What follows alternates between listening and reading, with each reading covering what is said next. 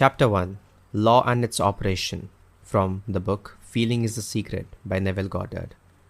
The world and all within it is man's conditioned consciousness, objectified. Consciousness is the cause as well as the substance of the entire world, so it is to consciousness that we must turn if we would discover the secret of creation. Knowledge of the law of consciousness and the method of operating this law will enable you to accomplish all your desires in life. Armed with a working knowledge of this law, you can build and maintain an ideal world. Consciousness is the one and only reality, not figuratively, but actually. This reality may, for the sake of clarity, be likened into a stream which is divided into two parts, the conscious and the subconscious. In order to intelligently operate the law of consciousness, it is necessary to understand the relationship between the conscious and the subconscious. The conscious is personal and selective. The subconscious is impersonal and non-selective. The conscious is the realm of effect. The subconscious is the realm of cause. These two aspects are the male and female divisions of consciousness. The conscious is male, the subconscious is female. The conscious generates ideas and impresses these ideas on the subconscious. The subconscious receives ideas and gives form and expression to them.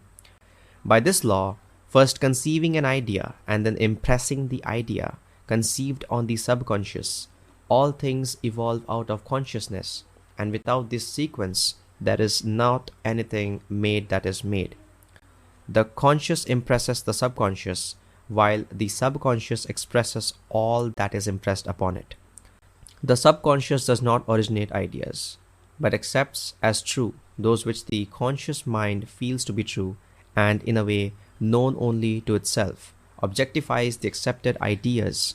Therefore, through his power to imagine and feel and his freedom to choose the idea, he will entertain man has control over creation. Control of the subconscious is accomplished through control of your ideas and feeling. The mechanism of creation is hidden in the very depth of the subconscious, the female aspect or womb of creation. The subconscious transcends reason and is independent of induction. It contemplates a feeling as a fact existing within itself, and on this assumption proceeds to give expression to it. The creative process begins with an idea, and its cycle runs its course as a feeling and ends in a volition to act. Ideas impressed on the subconscious through the medium of feeling. No idea can be impressed on the subconscious until it is felt, but once felt, be it good, bad, or indifferent, it must be expressed. Feeling is the one and only medium through which ideas are conveyed to the subconscious. Therefore, the man who does not control his feeling may easily impress the subconscious with undesirable states. By control of feeling is not meant restraint or suppression of your feeling, but rather the disciplining of self to imagine and entertain only such feeling as contributes to your happiness. Control of your feeling is all important to a full and happy life. Never entertain an undesirable feeling, nor think sympathetically about wrong in any shape or form. Do not dwell on the imperfection of yourself or others. To do so is to impress the subconscious with these limitations. What you do not want done unto you, do not feel that it is done unto you or another. This is the whole law of a full and happy life. Everything else is commentary. Every feeling makes a subconscious impression, and unless it is counteracted by a more powerful feeling of an opposite nature, must be expressed. The dominant of two feelings is the one expressed. I am healthy is a stronger feeling that I will be healthy. To feel I will be is to confess I am not. I am is stronger than I am not. What you feel you are always dominates what you feel you would like to be. Therefore, to be realized, the wish must be felt as a state that is rather than a state that is not. Sensation precedes manifestation and is the foundation upon which all manifestation rests. Be careful of your moods and feelings, for there is an unbroken connection between your feelings and your visible world. Your body is an emotional filter, and bears the unmistakable marks of your prevalent emotions. Emotional disturbances, especially suppressed emotions, are the causes of all diseases. To feel intensely about a wrong without voicing or expressing that feeling is the beginning of disease. Disease in both body and environment. Do not entertain the feeling of regret or failure, for frustration or detachment from your objective results in disease. Think feelingly only of the state you desire to realize. Feeling the reality of the state sought and living and acting on that conviction is the way of all seeming miracles. All changes of expression are brought about through a change of feeling. A change of feeling is a change of destiny. All creation occurs in the domain of the subconscious. What you must acquire then is a reflective control of the operation of the subconscious, that is, control of your ideas and feelings. Chance or accident is not responsible for the things that happen to you, nor is predestined fate the author of your fortune or misfortune. Your subconscious impressions determine the conditions of your world. The subconscious is not selective. It is impersonal and no respecter of persons. From Acts chapter 10 verse 34 and Romans chapter 2 verse 11. The subconscious is not concerned with the truth or falsity of your feeling. It always accepts as true that which you feel to be true. Feeling is the assent of the subconscious to the truth of that which is declared to be true. Because of this quality of the subconscious, there is nothing impossible to man. Whatever the mind of man can conceive as feel as true, the subconscious can and must objectify. Your feelings create the pattern from which your world is fashioned, and a change of feeling is a change of pattern. The subconscious never fails to express that which has been impressed upon it. The moment it receives an impression, it begins to work out the ways of its expression. It accepts the feeling impressed upon it, your feeling as a fact existing within itself, and immediately sets about to produce in the outer or objective world the exact likeness of that feeling. The subconscious never alters the accepted beliefs of man. It outpictures them to the last detail whether or not they are beneficial. To impress the subconscious with the desirable state, you must assume the feeling that would be yours had you already realized your wish.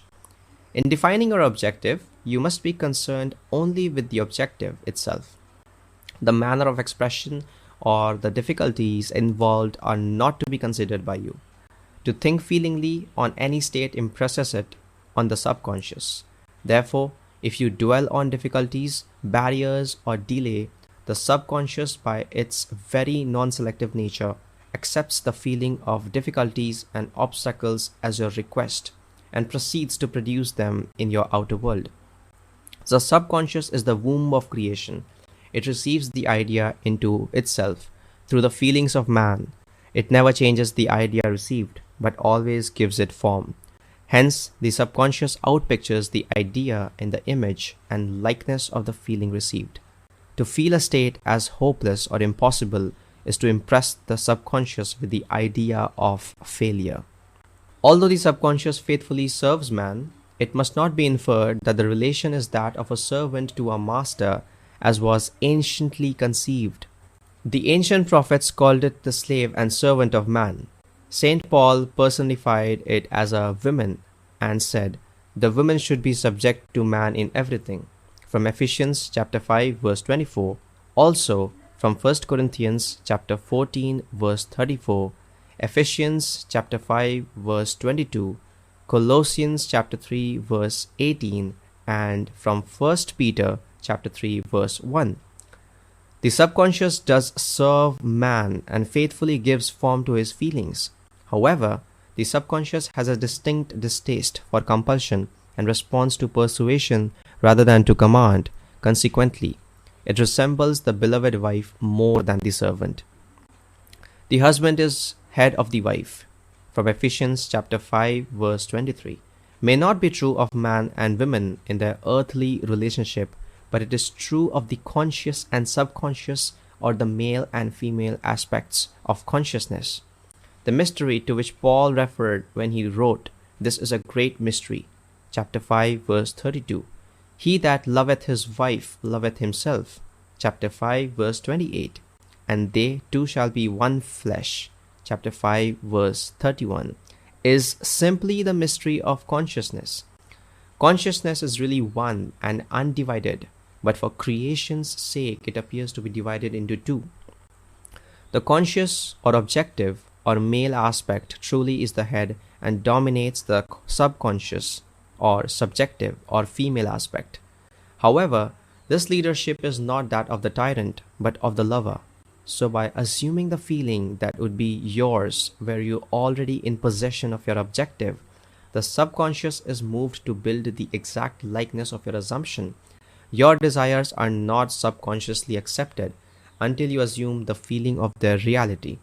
For only through feeling is an idea subconsciously accepted, and only through this subconscious acceptance is it ever expressed.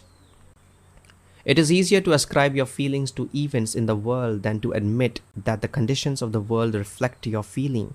However, it is eternally true that the outside mirrors the inside.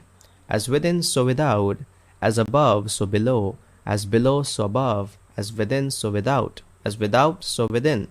Correspondence, the second of the 7 principles of Hermes Trismegistus. A man can receive nothing unless it is given him from heaven, from John chapter 3 verse 27. And the kingdom of heaven is within you, from Luke chapter 17 verse 21.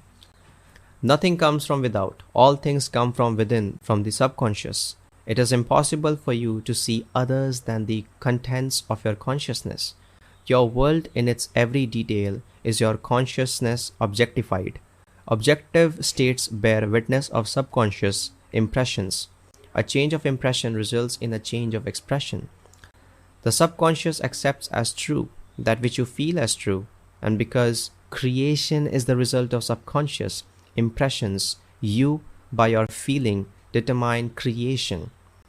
You are already that which you want to be, and your refusal to believe this is the only reason you do not see it. To seek on the outside for that which you do not feel you are is to seek in vain, for we never find that which we want, we find only which we are.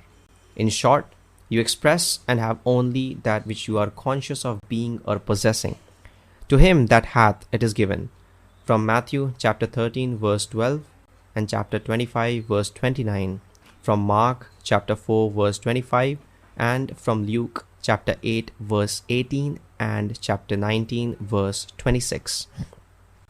Denying the evidence of the senses and appropriating the feeling of the wish fulfilled is the only way to the realization of your desire. Mastery of self-control of your thoughts and feelings is your highest achievement. However, until perfect self-control is attained, so that, in spite of appearances, you feel all that you want to feel, use sleep and prayer to aid you in realizing your desired states. These are the 2 gateways into the subconscious.